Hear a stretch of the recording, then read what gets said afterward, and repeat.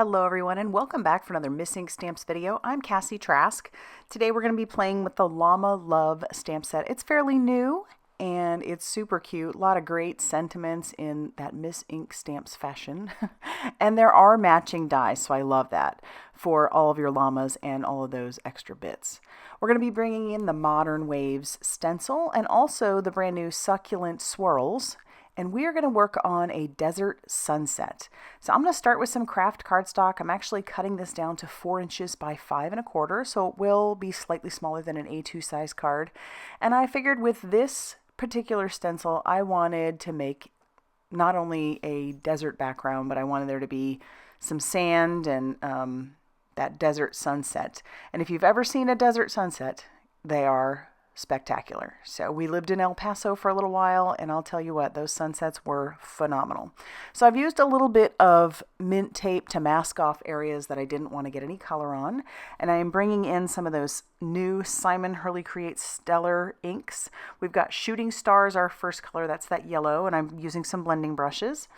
And then we're also bringing in this Prom Queen, and I'm slightly blending that into the Shooting Star a little bit. You can see that I start blending off the edge and work my way in. And then we're going to do a little bit more blending into the pink with the yellow, and then we'll put that Shooting Star away. And then our final color is going to be some 100% juice. It's this beautiful purple. And so I'm just bringing in that blending buddy, same thing, and then I'm going to blend that into our Prom Queen. And I'm not kidding when I say those sunsets have that yellow and that pink and even that dark purple in there as well. So it's they're just beautiful. So I'm trying to recreate. It's been a minute since we've lived there and even seen them. So just trying to recreate from memory. All right, so I'm done with all of the blending that I want to do for that part. I do want to bring in that Succulent Swirls, and I'm going to just tack that down with a little bit of mint tape, and I'm using my brown blending buddy and just the ink that's already on it, and I'm just going to blend over the top of that swirl just where the sand is, just to add a little bit of texture to that bottom portion. It does kind of go up into the yellow, but I kind of like it. I think it looks pretty good. So we're gonna stop there with our blending, and I am going to do one more thing to this background. I'm just going to bring in some gold like mica paint, and I'm going to spritz a little bit of water into that. This particular palette isn't available anymore, but there are plenty of beautiful gold paints out there, and I'll have some linked down below. And then I'm just splattering that all over the background like they are gold stars. And check that out. It's so beautiful. I really am happy with that background. We're going to let that dry while we stamp and color our images. Again, that comes from the brand new Llama Love. I'm inking these up with some Black Widow ink by Hurley Creates Stellar ink. It's really good with alcohol markers. It doesn't bleed at all, and I just love it. So we're going to bring in our Olo markers, and I'm just going to show you the coloring of this one llama. So for the other two, I don't put down a base color, but this one I am putting down that OR 4.4.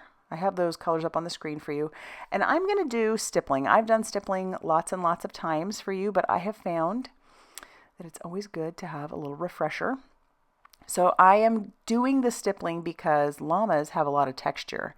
They have kind of curly hair and it's a lot of fluff. And I just really like stippling for this particular look. It adds that extra bit of texture. And I will say, when you're doing stippling, it always looks bad before it looks good. It doesn't look good till it looks good, if that makes any sense. And I'm just going to go back and forth with all 3 of those colors that you have up on the screen. I eventually bring in even one more color just to add a little bit more variation and a little bit more texture. But so far, not crazy happy with it, but it is getting better. And stippling is just making little dots. That's all it is. And when you're doing it with your alcohol markers, such as these Olos, I'm just going up and down with my pen and just adding those little dots. And I'm trying to make sure that the sizes vary as well. So they're not all the same size. Some are small, some are big. That just adds to the texture also. And then I'll finally get to a point where I'm like, this is where I want it. And I'm really happy with how cute he looks with all of his little stippling. The other 2 are going to have that as well, but there is going to be, I'm just leaving it the white base. I will use some of the same colors. We just don't want them to be quite as dark. And so We'll color up his little feet and ears, and then his muzzle, and add a little extra color there. I did end up going over the top of his eyes, so I'm going to bring in a white gel pen and just put 2 little white dots for his eyes. And then I'll bring in a pink Olo for his ears and his little cheeks.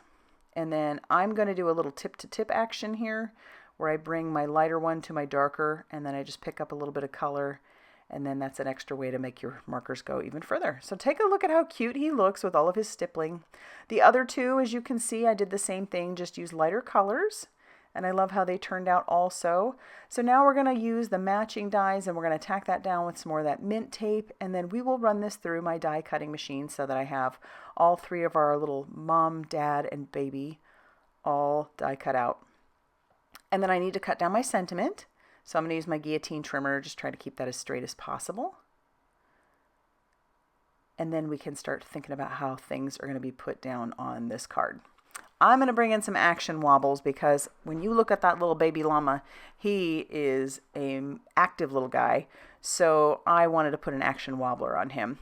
For mom and dad, we're just going to go ahead and glue those down using some liquid glue. And we're going to do the same thing. Well, we're not going to glue down the sentiment just yet. I'm going to add a little bit of shadowing and shading underneath mom and dad, just so it doesn't look like they're floating on the sand. It looks like they're actually standing there. And then I'm going to trim down my sentiment just a little, give that angle on that left-hand side. And then we're going to bring in some foam tape for the back of it. So because our little guy is going to be on a wobbler, that means he's going to pop up a little bit. I wanted the sentiment to pop up a little bit also. So we'll just peel off, well, we'll glue down our panel to our base, which our card base was 5.5 inches by 8.5 inches, scored at 4 1/4. So it is a top folding A2 size card. I'll peel off the release paper and then use my glass mat to try and make sure that everything is lined up straight, and I can trim off the excess with my scissors. And here's where I'll bring in one of those little action wobblers. I love these. They're so fun. I don't do them enough, in my opinion, but I did play around quite a bit with where I might want him to be. In the end, I decided jumping around in front of mom and dad was where I really wanted him. So I'll peel off the release paper on the one side, stick it down to our panel, and then I'll peel off the release paper on the front, and then we can stick our little guy down.